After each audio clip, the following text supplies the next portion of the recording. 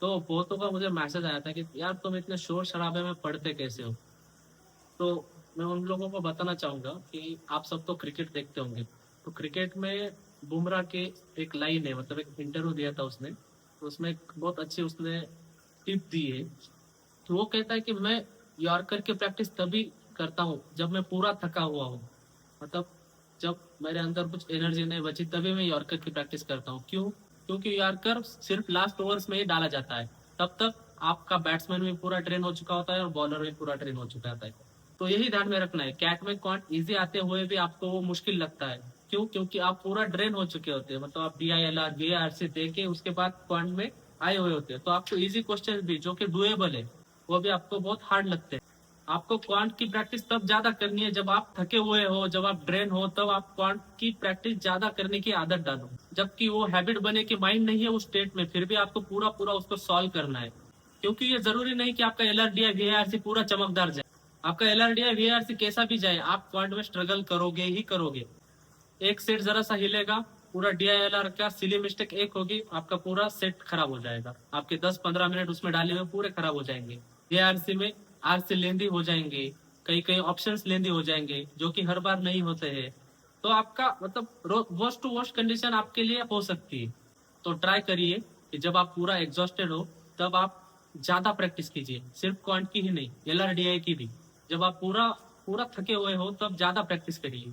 तो ऐसा नहीं है कि आप थके हुए हो, एग्जॉस्टेड हो तो आपकी सिली मिस्टेक ज्यादा होगी। कहीं ना कहीं आप उस चीज में लैक करते हो, कहीं ना कहीं कॉन्सेप्चुअल क्लियरिटी नहीं होगी आपको, वो धीरे धीरे इंप्रूव होगा। लेकिन अगर कहीं ना कहीं अगर आप उस चीज को छोड़ देंगे, अपने ही कंफर्ट जोन के अंदर उसको सॉल्व करेंगे, तो नहीं होगा। क्योंकि हर बार आपको आपका स्लॉट भी आपके हिसाब से नहीं मिलेगा। बहुतों की हैबिट है, वो 3 बजे सोते हैं, 4 बजे सोते हैं, 10 बजे उठ रहे हैं, 11 बजे उठ रहे हैं, जो भी जिसका टाइम टेबल होगा। अगर आपका स्लॉट 1 आ जाएगा तो पूरी रात आप सो ही नहीं पाओगे। बहुतों के साथ होता है, मेरे साथ भी हुआ है। हमें लगता है कि हम 2 दिन पहले से, 5 दिन पहले से टाइम टेबल बनाएंगे, रात को 11 बजे सोएंगे, सुबह 6 बजे उठेंगे, आदत डालेंगे। नहीं होता है।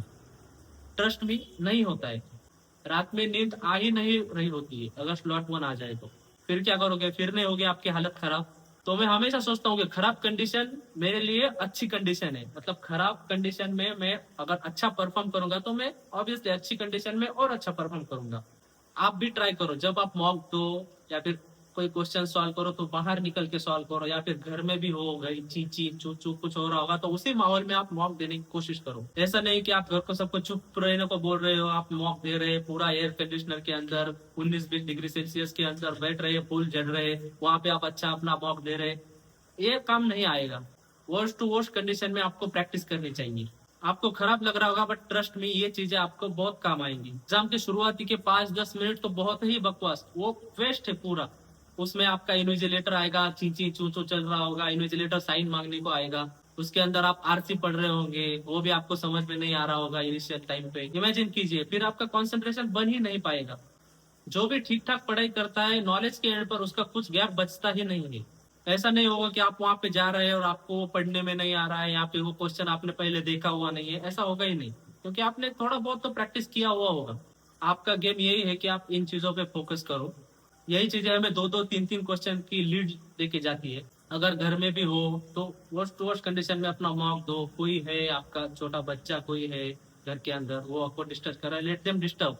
आप अपना पूरा कंसंट्रेशन उस एग्जाम में देने की कोशिश करिए। फिर से कह रहा हूँ कि ऐसा नहीं कि आप पूरा शांत जगह पे बैठे हैं, वहां पे मॉक दे रहे हैं, वो खराब नहीं है। लेकिन आपको ये भी ट्राई करना चाहिए कि बाहर निकल के मॉक दो। अगर आप घर में पढ़ाई करते हो तो लाइब्रेरी में जाके मॉक दो। ऐसी चीजें करना आपको आगे जाके बहुत अच्छा हेल्प करेगा। ऐसा नहीं करना है। तो मॉरल ऑफ द स्टोरी क्या है? डिस्टर्बेंस में पढ़ाई करने की आदत डाल। अगर आप ऑफिस वाले बंदे हो तो आप घर पे आकर आपको कुछ ना कुछ पढ़ना है, RC पढ़नी है, मैथ के मॉक देने हैं, या फिर क्वांट का कुछ ना कुछ करना है, तभी जाके वो आगे आपका फायदा देगा। तो बस यही चीज है। ये जो मेरी कंडीशन है, मतलब जहाँ पे मैं पढ़ाई करता हूँ, ये मेरे लिए बुरी नहीं है। ये मैंने चूज की है, ये मेरे लिए अच्छी कंडीशन है। ओके, तो हैप्पी जर्नी। Bye bye.